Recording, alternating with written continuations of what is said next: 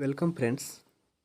आज के इस वीडियो में हम लोग राष्ट्रीय आंदोलन के द्वितीय चरण को कवर करने वाले हैं इसमें। ठीक है, इसमें हम लोग उग्रवादी चरण को कवर करेंगे। ठीक है, इससे पहले वाले वीडियो में हम लोगों ने उदारवादी चरण को कवर कर लिया है।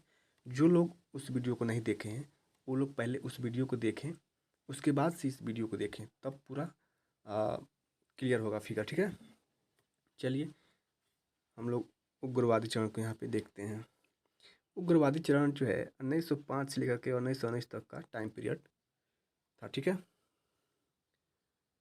इसमें जो उदारवादी नेता थे उनकी अनुनय विनय नीति के बावजूद जब मौलिक रूप से कुछ भी हासिल नहीं हुआ, जो उदारवादी थे, गरम दल थे, गरमपंथी थे, उनकी जो नीति थी अनुनय विनय यानी प्रार्थना याचना करते थे अंग्रेजों के सम्मुख। ठीक है, जब उनके द्वारा अनुनय विनय नीति करने के बाद भी कुछ भी हासिल नहीं हुआ तो कांग्रेस के भीतर एक नया गुट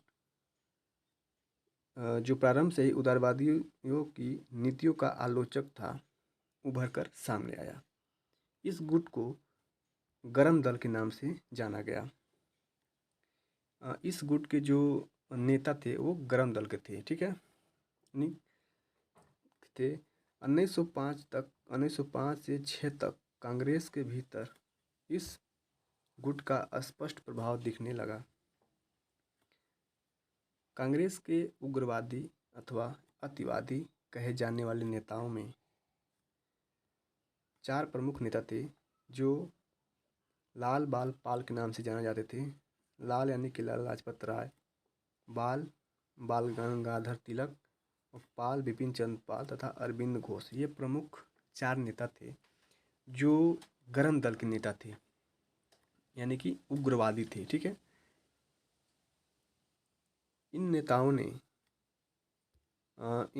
ने स्वराज प्राप्ति को ही अपना प्रमुख लक्ष्य और उद्देश्य बनाया। ठीक है, उग्रवाद को जन्म देने वाले कारण हम लोग यहाँ पे देखेंगे कि उग्रवाद को जन्म देने वाले कौन कौन से कारण थे कि उग्रवाद उदारवादियों से अलग गुट एक बना।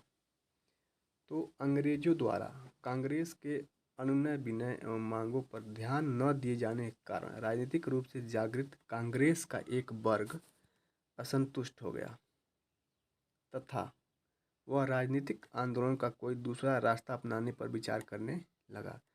उनका विश्वास था कि स्वशासन ही भारत के विकास एवं आत्मनिर्भरता का मार्ग प्रशस्त कर सकता है। कांग्रेस में ही दोनों गुट थे, उदारवादी और उग्रवादी। जो उदारवादी थे वो प्रार्थना याचना में विश्वास करते थे, इनकी रिक्वेस्ट करते थे अंग्रेजों से अपनी नीतियों को सुचारू रूप से चालू करने के लिए। लेकिन जो उग्रवादी थे, गरमपंथी थे, ये उसी बात से जलते थे उदारवादियों से, इसलिए इन्होंने अलग होकर और अपना एक गुट तैयार किया। ठीक है, सरकार द्वारा जनता को भड़काने वाली नीतियाँ यानी कि जो वर्नाकुलर प्रेस एक्ट जो 1878 में पारित हुआ, विश्वविद्यालय अधिनियम और इंडियन ऑफिशियल सीक्रेट एक्ट जो 1904 में ये दोनों एक्ट आए, बंगाल विभाजन 1905, ये प्रमुख कारण थे उग्रवाद को जन्म देने के लिए। ठीक है, उसके साथ ही साथ विभिन्न सामाजिक व धार्मिक सुधार आंदोलन का प्रभाव भी उग्रवादियों को जन्म देने का एक कारण था। 1896 से 1900 के बीच भयंकर अकाल के बाद दूसरा दिल्ली दरबार जो 1903 में आयोजन किया गया, उसमें भारी व्यय किया गया। ये भी एक कारण था उग्रवाद को जन्म देने का।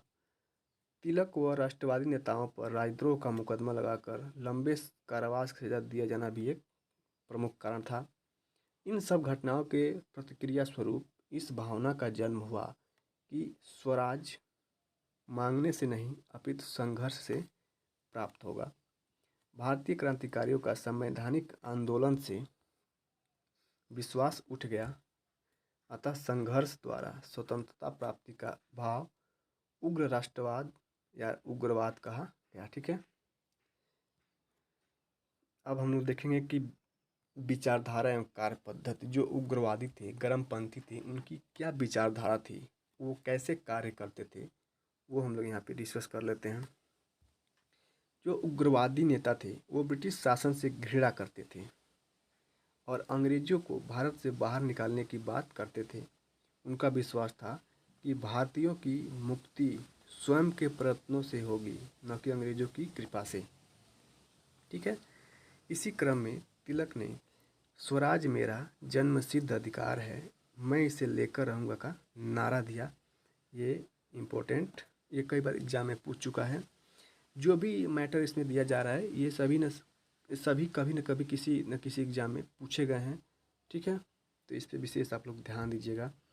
उग्रवादियों ने अपने लक्ष्य की प्राप्ति के लिए विदेशी वस्तुओं का बहिष्कार एवं स्वदेशी को अपनाने पर बल दिया तथा साथ ही साथ राष्ट्रीय शिक्षा पर भी इन्होंने बल दिया। उग्रवादी विचारधारा के समर्थक बाल गंगाधर तिलक ने राष्ट्रवाद की पहचान हिंदुत्व की भावना से की। तिलक ने 1893 में गणपति महोत्सव तथा 1895 में शिवाजी महोत्सव की शुरुआत करवाई। तिलक ने धर्म का राजनीतिक अस्त्र के रूप में प्रयोग किया। ये भी कई बार पूछे जा चुका है क्वेश्चन। ठीक है। उग्रवादियों ने क्रांतिकारी राष्ट्रवाद की नीति अपनाई और इसी क्रम में असहयोग, धरना प्रदर्शन, अन्यायपूर्ण कानूनों के उल्लंघन की बात की। उग्रवादी प्रार्थना पत्र, स्मरण पत्र जैसे साधनों में विश्वास नहीं करते थे, जो उदारवादी थे वो इन सब में विश्वास करते थे। अतः ऐसा करने वाली उदारवादी नीति को उन्होंने राजनीतिक भिक्षावृत्ति की संज्ञा दी। ठीक है। दरअसल उग्रवादी नवीन राजनीतिक साधनों जैसे हड़ताल, बहिष्कार, प्रदर्शन आदि जन आधारित कार्यक्रमों के प्रयोग पर बल दे रहे थे। आंदोलन को प्रभावी बनाने के लिए राष्ट्रीय शिक्षा योजना के तहत गुरुदास बनर्जी ने बंगाल राष्ट्रीय शिक्षा परिषद बनाई। इसी समय पंजाब का जो डीएवी आंदोलन था वो तेजी से फैला।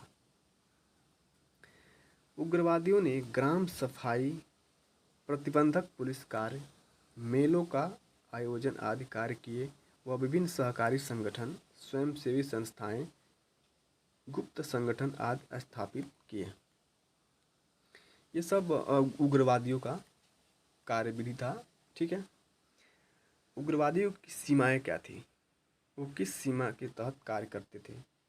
तो जो उग्रवादी नेता थे उन्होंने धार्मिक प्रतीकों पर बल दिया, जैसे कि तिलक ने शिवाजी महोत्सव, गणेश महोत्सव की बात की।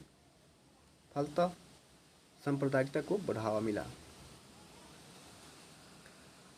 उदारवादियों के साथ वैचारिक संघर्ष से 1907 में सूरत में कांग्रेस का विभाजन हो गया।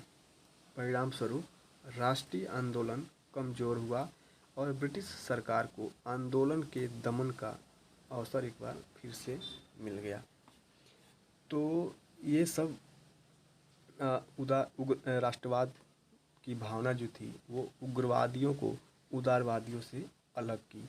जो उदारवादी थे वो अनुनय विनय, प्रार्थना याचना के माध्यम से अंग्रेजों को अपनी नीतियों को सुचारू रूप से शुरू कराने के लिए करते थे, जबकि जो उग्रवादी थे, गर्मपंथी थे, ये संघर्ष की भावना जानते थे, अंग्रेजों से संघर्ष करना जानते थे। इसलिए इन दोनों गुटों में टकराव होता था अक्सर। ठीक है।